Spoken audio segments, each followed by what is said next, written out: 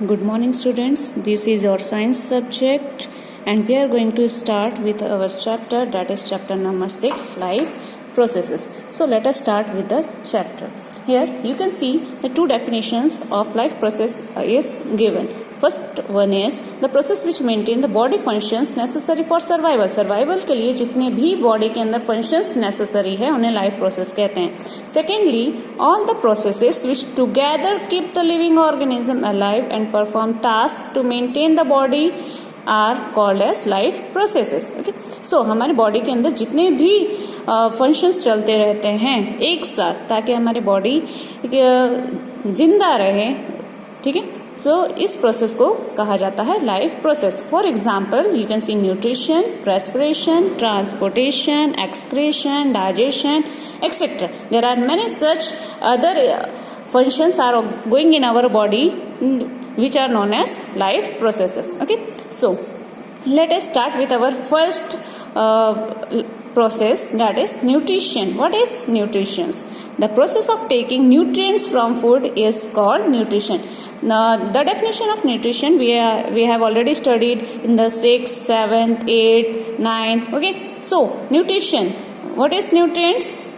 What are nutrients? Carbohydrate, protein, fats, vitamins that we take from food are known as nutrients. Okay, so the process of taking nutrients inside our body is known as nutrition. Okay, now nutrients, you can see the definition here. They are the building blocks necessary for our body.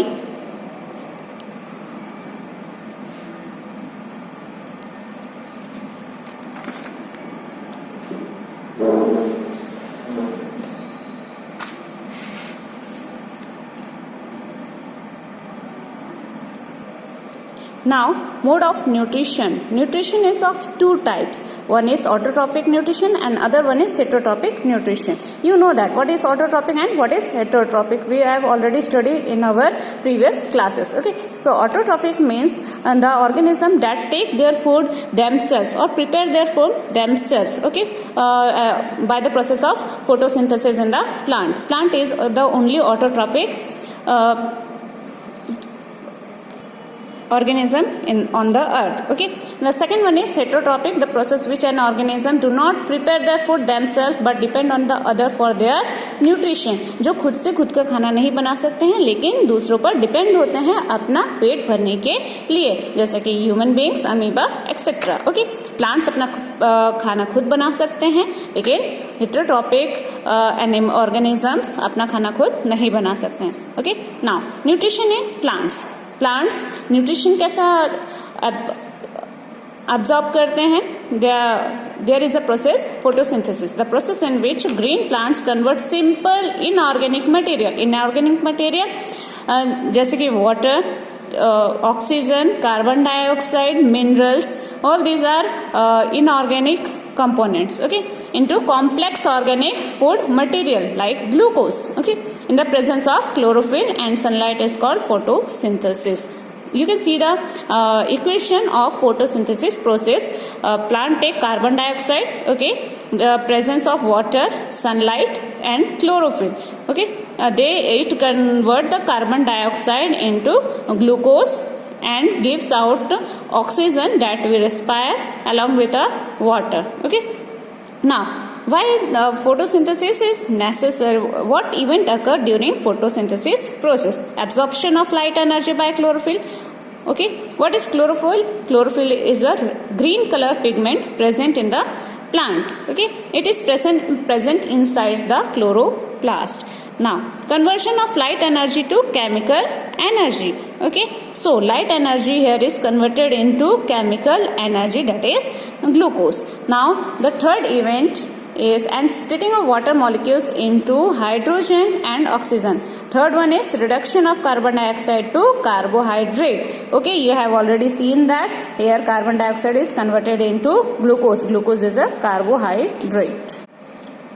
Now chloroplast, as I have already said that they are the small organelles found in the plant cell. Plant cell में chloroplast present होते हैं. ये plant cell का एक organ है ठीक है, जिसके अंदर क्लोरोफिल प्रेजेंट होता है। क्लोरोफिल क्या है? एक ग्रीन पिगमेंट है जो कि नेसेसरी है for the absorption of sunlight for the process of photosynthesis. Okay, now with this we have completed the nutrition in plant. Now the heterotrophic nutrition. Okay, now heterotrophic nutrition is of three types, that is first one is parasitic, saprophytic and holozoic. Okay, so parasitic, in this mode of nutrition, parasitic organism, an organism derives its food from other living organism. Okay, you can see the example: cuscuta, lice, leeches, mosquitoes. Okay, so parasitic जो organism दूसरे living other organism पर feed करते हैं.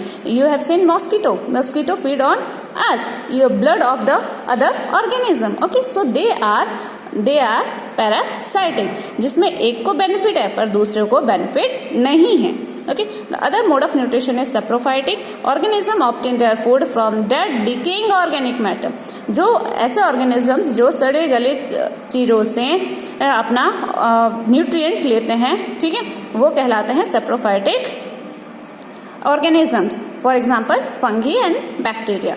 Now the third one is holozoic mode of nutrition. In this, organism takes organic food into its body, digest it and then absorb into the body cells of the organism. Okay, so in this for example human beings, amoeba etc. जैसे कि हम खाना खाते हैं, फिर body में digest होता है, एब्जॉर्प्शन होता है, उसका यूज होता है हमारे बॉडी में एनर्जी की फॉर्म में, और फिर रिमूवल होता है. This process is known as holozoic mode of nutrition. Okay, now let us see the holozoic mode of nutrition. Single cell, you know that in an organism it is divided into single cell and multicellular cell. Single cell for amoeba, for example amoeba and paramecium, and in multicelled organism human beings, animals, plants, birds etc. Okay, now the types of holozoic nutrition. You can see the holozoic nutrition we find in herbivores, carnivores and omnivores. Herbivores that eat only plant product, ठीक है, जो सिर्फ plants खाते हैं. Carnivores जो कि meet खाते हैं, सिर्फ और सिर्फ मीट खाते हैं. और कार्निवोर्स जो कि प्लांट प्रोडक्ट्स भी खाते हैं और मीट भी खाते हैं, omnivores. Okay, now steps involve in the process of holozoic nutrition. Which holozoic nutrition में कौन कौन से स्टेप्स इन्वॉल्व होते हैं? First one is ingestion. Ingestion means क्या होता है? The process of taking food into the body. जो हम खाना खाते हैं उस प्रोसेस को कहते हैं इंजेशन. जो हम मुंह में एक निवाला मुंह में डालते हैं उसे कहते हैं ingestion. Process of taking food inside the body. Okay, digestion. अब मुंह में डालने के बाद वो आगे बढ़ता है और आगे बढ़ के वो क्या होता है? डाइजेस्ट होने के लिए आगे बढ़ता है. Digestion makes the food easier to absorb. Digestion process क्यों जरूरी है? ताकि हमारा जो फूड मटेरियल हमने खाया है उनसे आसानी से जितने भी न्यूट्रिएंट्स है वो हमारी बॉडी में एब्जॉर्ब हो जाए. Okay, the process in which complex, larger and insoluble food. अब इस प्रोसेस में होता क्या है कि जो हम निवाला खाते हैं वो पहले मुंह में जाता है, ठीक है, सो वो और स्मॉल पार्ट में हो जाता है. स्मॉल पार्ट में कॉम्प्लेक्स फूड है, ठीक है, वो किस में कन्वर्ट हो जाता है? सिंपल फूड में कन्वर्ट हो जाता है. ठीक है, तो ये फर्स्ट स्टेप है जो मुंह में होता है. फिर उसके बाद क्या होता है? जो पार्टिकल्स और लार्जर पार्टिकल्स हैं उन्हें और स्मॉल करते हैं. फिर इनसॉल्युबल पार्टिकल है वो उसे सॉल्युबल बनाते हैं. जैसे एक फूड है, बड़ा पार्टिकल है, ब्रेक डाउन होता है with the help of digestive enzyme जो कि हमारे स्टमक एंड स्मॉल इंटेस्टाइन में प्रेजेंट होता है. ठीक है, तो ये क्या करते हैं? इतने बड़े पार्टिकल्स को एकदम स्मॉल सिंपल सॉल्युबल फॉर्म में कन्वर्ट कर देते हैं. ये सारा प्रोसेस किसके अंदर इन्वॉल्व होता है? Process of digestion. Now the next process is absorption. हमारे बॉडी में नेक्स्ट प्रोसेस क्या होता है? Absorption. Absorption of simple soluble food particles by the blood stream. अब एक बार डाइजेशन होने के बाद एब्जॉर्प्शन जरूरी होता है. ठीक है, तो जितने भी न्यूट्रिएंट्स हैं उन सब को फूड पार्टिकल्स में से एब्जॉर्ब करने के प्रोसेस को कहा जाता है absorption. Now the next one is assimilation. Okay, so absorption ही जरूरी नहीं. एब्जॉर्प्शन के बाद बॉडी के अंदर उसका यूटिलाइजेशन भी होना जरूरी है और यूटिलाइजेशन के प्रोसेस को कहा जाता है assimilation. Okay, now the next one is egestion. अब जैसे इंजेशन था, ये लास्ट प्रोसेस है, पॉइंट है. ठीक है, egestion, removal of undigested waste from the body is known as egestion. Clear? Now the next one is nutrition in human being. Nutrition in human being. So see, human being के अंदर digestive system के अंदर digestion process होता है, और digestive system किससे मिलके बना होता है? Alimentary canal and digestive glands. Now see the parts.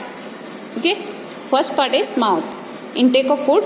Okay, ingestion, that is known as ingestion. Second part is teeth. What does it do? Break the food particles into smaller form. Okay, what does tongue do? Tasting and rolling of food. मुंह के अंदर उसे घुमाता रहता है. Okay, now fourth one is salivary gland. Produces saliva that mixes with the food and make it moist and soft. अगर वो moist नहीं होगा तो वो हमारे गले से नीचे नहीं जाएगा. Okay, so saliva contains enzyme. Saliva क्या करता है? माउथ के अंदर रोलिंग के बाद, रोलिंग करते करते उसमें क्या मिक्स हो जाता है? सलाइवरी जूस मिक्स हो जाता है. सलाइवरी जूस के अंदर क्या होता है? सलाइवरी अमाइलेज होता है, जो कि स्टार्च को सिंपल शुगर में कन्वर्ट कर देता है. हमने कई बार स्टार्च टेस्ट पढ़ा है, जिसमें आयोडीन टेस्ट किया जाता है. ठीक है, तो वो हम यहाँ भी करके देख सकते हैं. Now starch plus salivary amylase give sugar और ग्लूकोज. ठीक है, तो फर्स्ट स्टेप जो ब्रेकिंग ऑफ फूड स्टार्ट होता है वो कहाँ से स्टार्ट होता है? From our mouth. ओके, तो फूड कहाँ से ब्रेक हो रहा है? माउथ के अंदर with the help of salivary amylase and convert it into sugar molecules. Now oesophagus. Okay, esophagus, it takes food from mouth to stomach by muscular movement called peristaltic movement. You can see here we can take food and chew here. Okay, after chewing it become moist and pass through this esophagus. You can see the food particle is moving. Okay, so there is a muscular movement because it is a flexible and food moves with a muscular force, and this is known as peristaltic movement. Okay, now the next one is stomach. Stomach is a large organ. It expands when food enters in it. You can see here stomach. It is a stomach, and when the food particles slowly enters in it, its size enlarges. Okay, stomach contains gastric glands. Okay, inside the stomach there are gastric glands present on the wall of the stomach. stomach की wall में काफी सारे gastric glands present होते हैं. ठीक है, अब वो रिलीज क्या करते हैं? Releases gastric juices which contains. अब gastric juices के अंदर क्या क्या होता है? First one is HCl, second pepsin, third one is mucus. Okay, so ये तीन चीजें स्टमक के अंदर होती हैं. HCl क्यों जरूरी होता है? जो भी हम फूड पार्टिकल्स खाते हैं, ठीक है, उसको एसिडिक बनाने के लिए. ठीक है, फूड पार्टिकल्स को एसिडिक बनाने के लिए. और second one is kill the harmful bacteria food. जो फूड के साथ हम कई हार्मफुल बैक्टीरिया भी खा लेते हैं, ठीक है, जाने अनजाने में उन्हें खत्म करने के लिए. Second one is pepsin. Pepsin क्यों जरूरी होता है? पेप्सिन रिएक्ट तभी करेगा जब फूड पार्टिकल्स एसिडिक मीडियम में हो, इसीलिए यहाँ पे एसिड प्रेजेंट होता है. ठीक है, तो पेप्सिन एक एंजाइम है जो कि तभी रिएक्ट करता है जबकि फूड पार्टिकल्स एसिडिक फॉर्म में हो. ठीक है, और ये क्यों जरूरी है?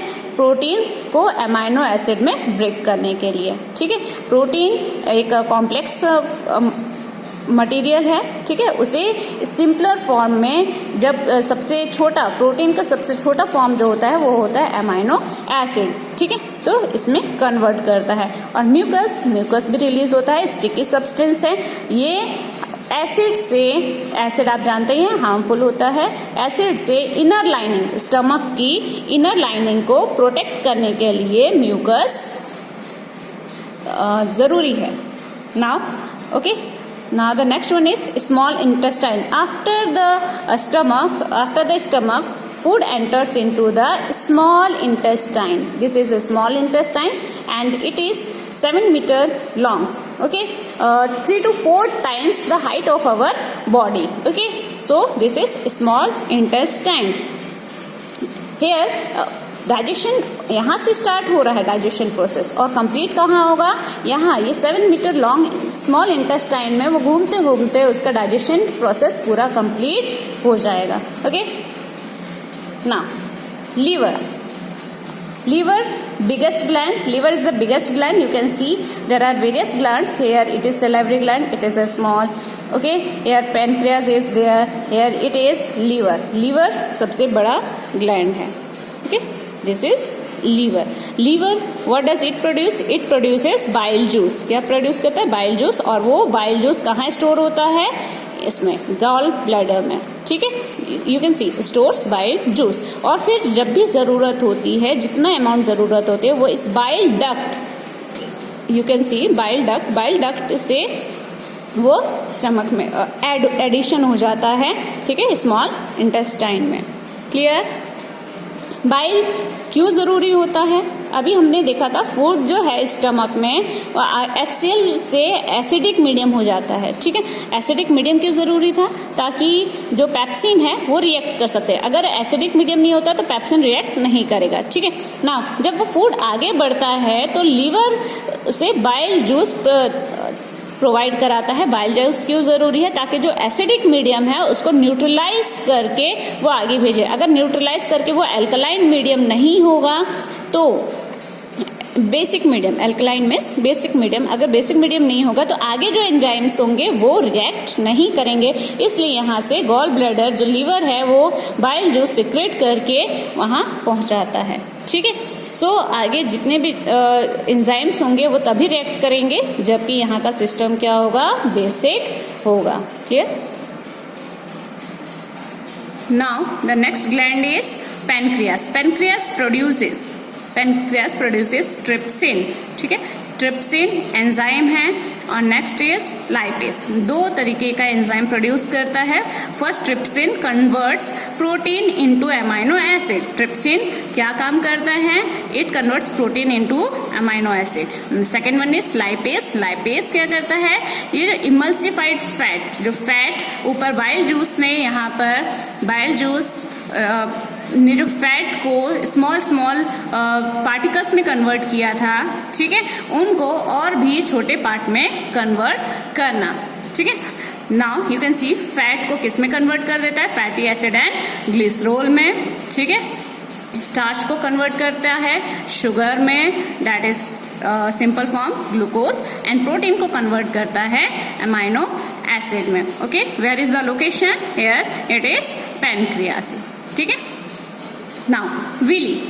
We have already studied. Again, you can see what is villi. Villi, small intestine. Small intestine के अंदर,